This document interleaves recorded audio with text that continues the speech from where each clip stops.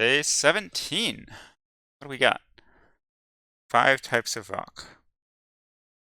Genres? Not quite. Okay. Feel like some Tetris thing?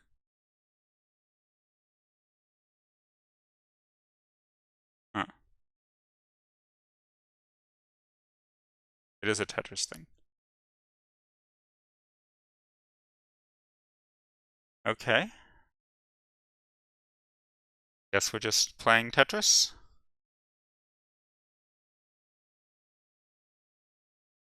Sure.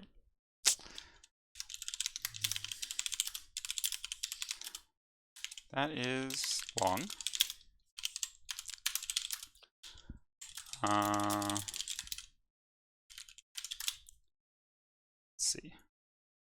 2022. Okay. How tall will it be?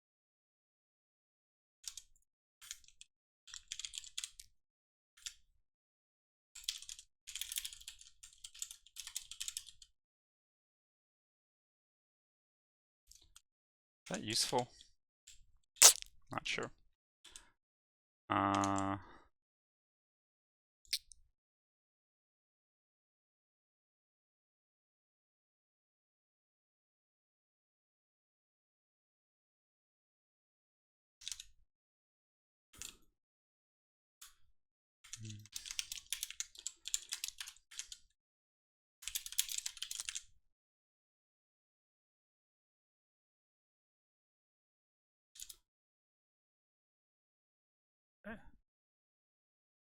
Pushed and then goes down.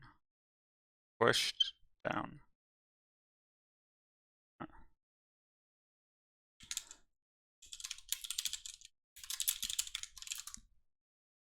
Of the highest rock in the room.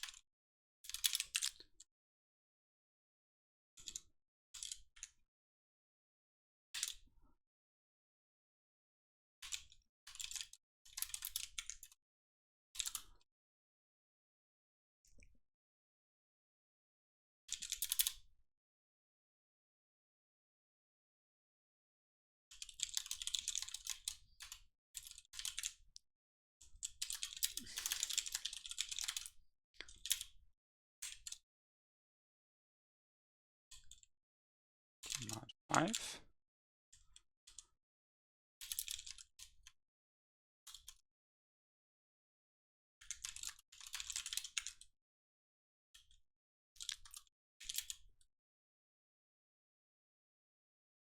Let's see. 2 y 3y 4y 5y.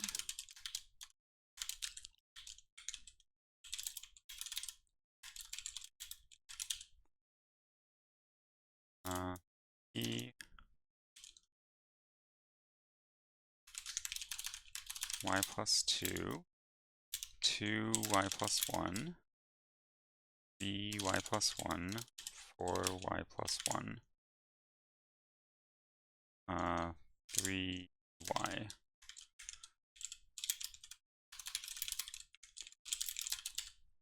This is going to work. by 4y, 4y plus 1, 4y plus 2.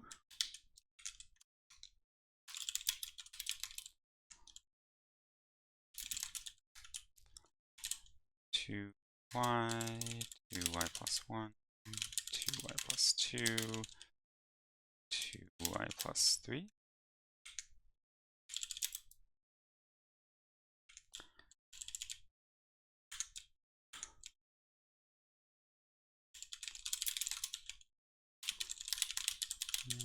3y, 3y plus 1, y.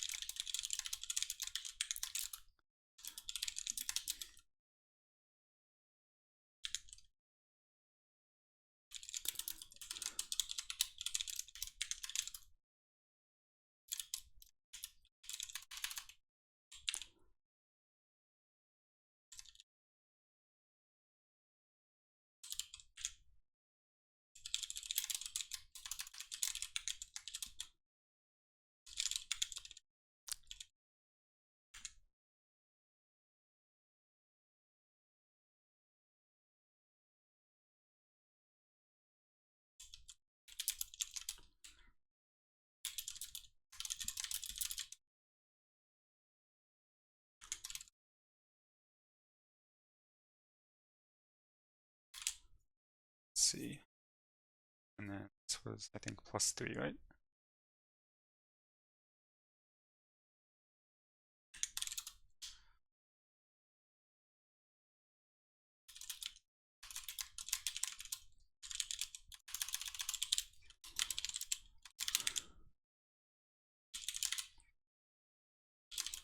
Something like this.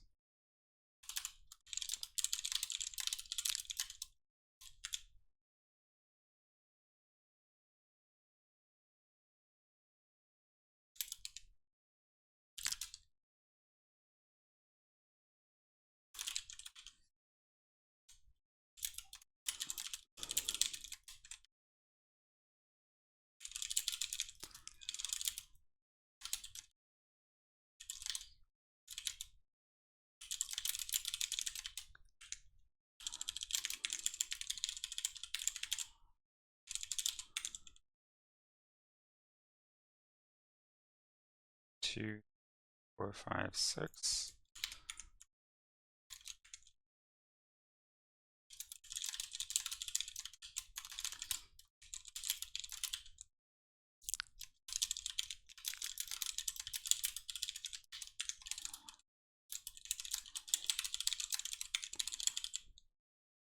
Maybe.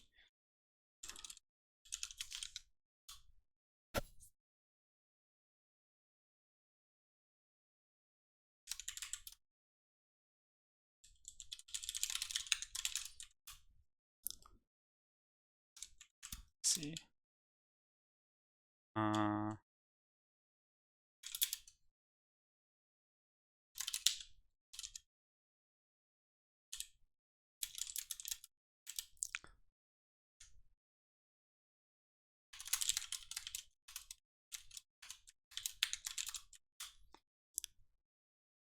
2, 7, 1. Let's try it.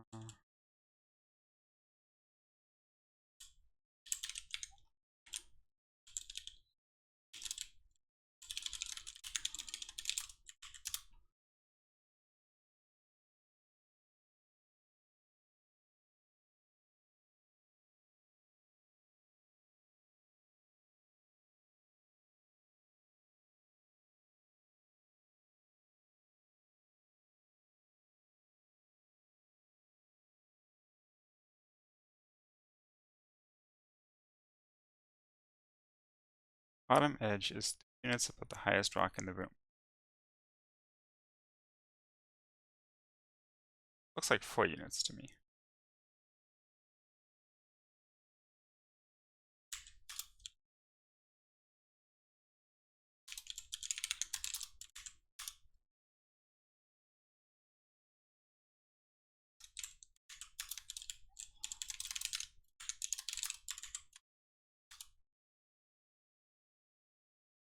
Still wrong.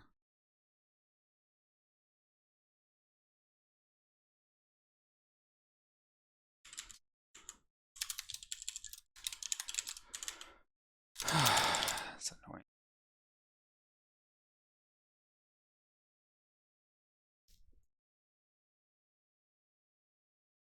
That's not right.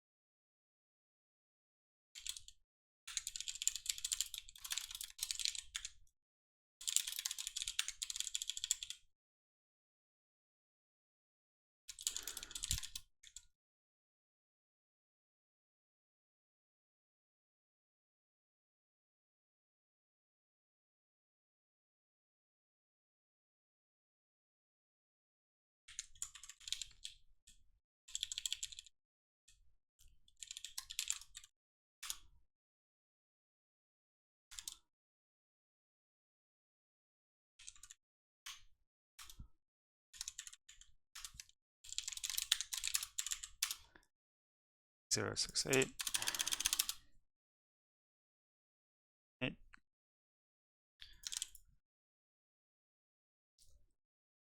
After a lot of rocks have fallen. Okay, so we just need to look for a cycle here of some kind. How big is that number? 10 to the 12.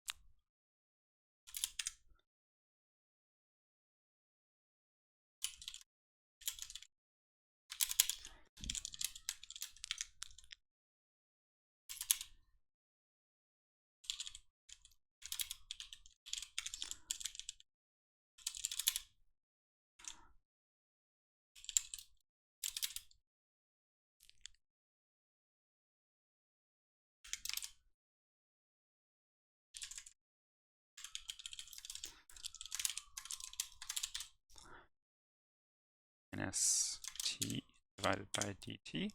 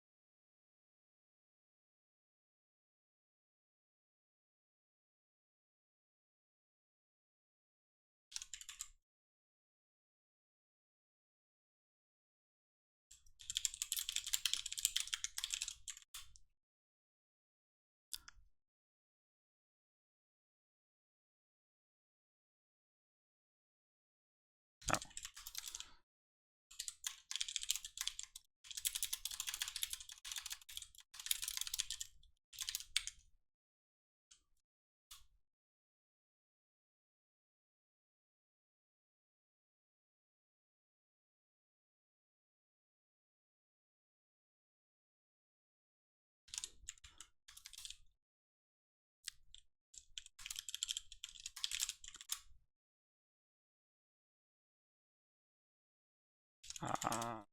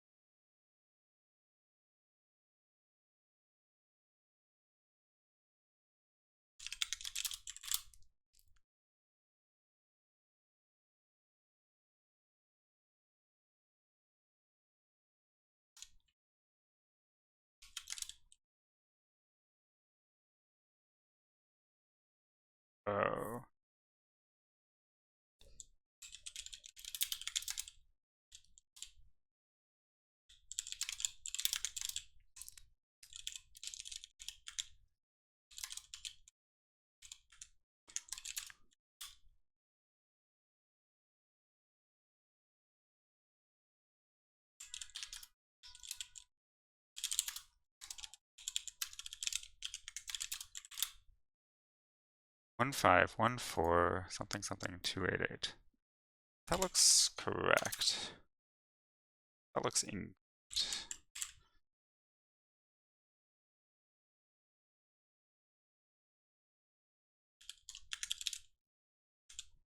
Oh.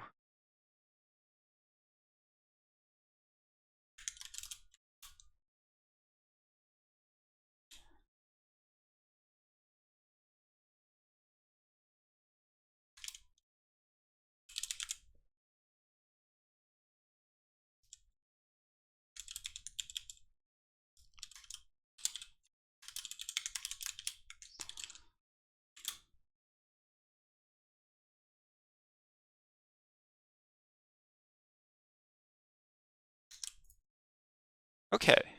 That went extremely well. That's nice. Not totally sure the solution is like correct. But anyway, let's talk about it. So what was going on here? So we're sort of, yeah, I think my initial read that we were basically playing Tetris was pretty fair. We're dropping these rocks into this cavern, and so basically they go blown left or right according to the input, and down just like one per turn. And they stop moving when they hit something going down. And we're supposed to build up this like rock structure, as you can see. And in part one, build up the rock structure for 2,022 rocks, and then the question is, how tall is it? And in part two, we build it up for 1 trillion rocks, and the question is, how tall is it? So let's talk about part one first. So I guess like basically, I mean, clearly you just need to like follow the instructions. It's not totally clear to me what the best way to do that is. I chose to use sets, so like set of placed rocks, set of xy pairs. So R is going to be like the sort of rocks in the background, right? All of the like hash mark things. And then get piece returns like the @ signs here, right? The currently falling rock. And these are all just like xy coordinates. So, you know, x goes from 0 to 6 because the whole thing is just 7 things wide. And then y goes from 0 up to, you know, however high you want. It goes up though. Yeah, y is different than rho. Right? Rho goes down, but y goes up. Anyway, so yeah, I mean, just following the instructions is basically, so I guess like this is the most important function is get piece, which just like gives you the new piece that's falling. So the problem said, okay, there are these 5 different types of pieces, and also they all start their left edge at position 2, and their bottom, the problem said 3 units above, I don't know, I think the problem was not super clear about this. At least I misinterpreted it. 3 units above the highest rock in the room. But I guess what they meant is that there's a gap of 3 empty squares. I thought they meant that it was like 3 units up. So anyway, fine. A gap of 3 empty squares between the current top and the new piece, which is actually like 4 up from the top. And then you just like write that down. So like this one, they're all at the bottom edge, and it goes 2, 3, 4, 5. So 2y, 3y, 4y, 5y. This one, the top, this is at x equals, right? This is x equals 2, and this is like y. So we have, x equals 3, y plus 2, then 2y plus 1, 3y plus 1, 4y plus 1, 3y. Right? So you can just do this for all the pieces, right? This is 2y, this is 3y, this is 4y, this is 4y plus 1, this is 4y plus 2. This is 2y, 2y plus 1, 2y plus 2, 2y plus 3. This is 2y, 3y, 2y plus 1, 3y plus 1. Okay, so I don't know, you just have to type that out somehow. And then I have functions to move left and right. So one thing they say is if like we're already against the left edge, then you can't do it. I don't know if this was the clearest way to write it. So I just said, if any of the x-coordinates are already 0, then you don't do anything. Otherwise, you subtract 1 from all the x-coordinates. Similarly, to move right, if any of the x-coordinates are already 6, you don't do anything. Otherwise, you add 1. To move down, you just subtract 1 from all the y-coordinates, and then to move up, you add 1 to all the y-coordinates. So a different thing that we have to handle that I didn't handle yet is collisions with the existing rocks. I'll talk about that in a bit. This is a helper function to like visualize the current formation for me because I needed it for debugging. So fine, we'll initialize with a starting floor, I guess. Initially my rocks were just falling into the abyss. This is some part 2 stuff I'll talk about later. Okay, so, oh yeah.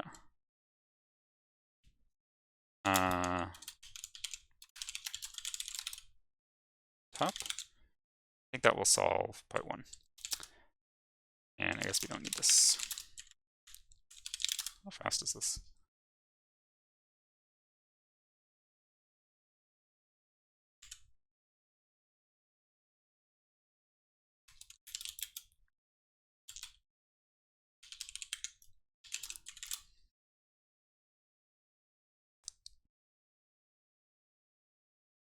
E098 and 152 something something 47. Okay, cool. Yeah, so it says first it gets pushed left or right by like the input stream. So I also have an index into my input, which I read way back up there. So if we're currently going left, then go left. If that causes you to collide with some rocks, then undo it. You don't actually stop moving at this point. What it says is if you move into a rock, then you don't. And also, if you move down into a rock, then you're done. So don't. If you move right into something, then just move back left. So now we've consumed a piece of data, so we need to step, increment through the jet stream and move down. So if we now collide with a rock, then we need to stop the current piece. So move it back up, and then add it to the rock formation, and then recalculate the top. And then this is a part 2 thing that I'll talk about in a bit. So if t is 2022, then we've dropped 2020. So increment how many rocks we've dropped. If we've dropped 2022 rocks, then print the height. That is the y-coordinate of the tallest rock. Which turns out to be, 3098 in our case. Sure. Okay. So that's fine for part 1. And then part 2, they say, okay, please drop 1 trillion rocks. Obviously, we can't actually go through one by one and drop 1 trillion rocks because 1 trillion is way too many. So we need to find some kind of pattern.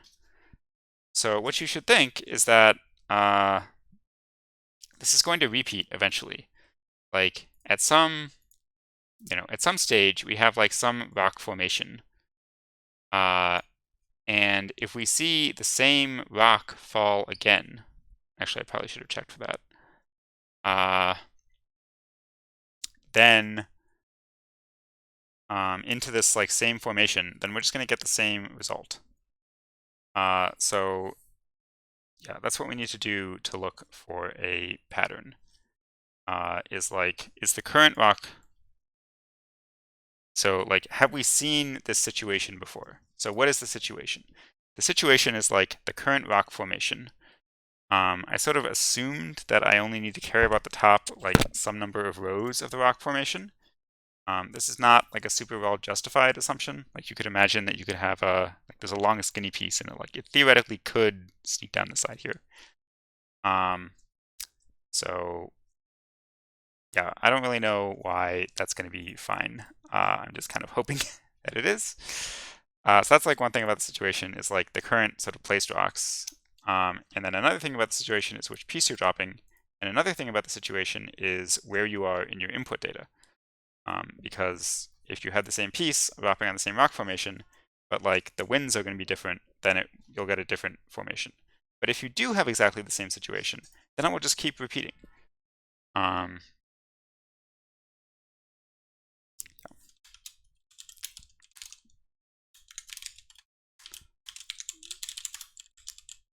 And I should probably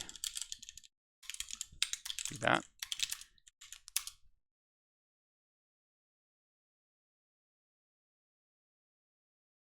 Okay. Right, so like you will, let's say we've already seen like this formation, which we haven't, but whatever.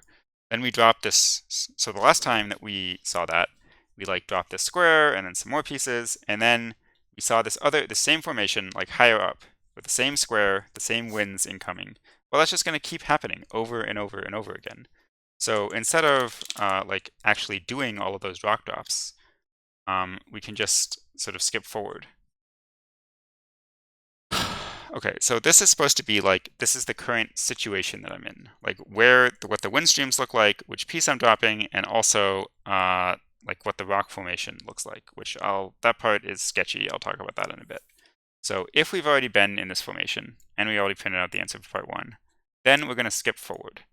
So when was the last time that we were in this situation? And then also what was the top of the rock formation at that time?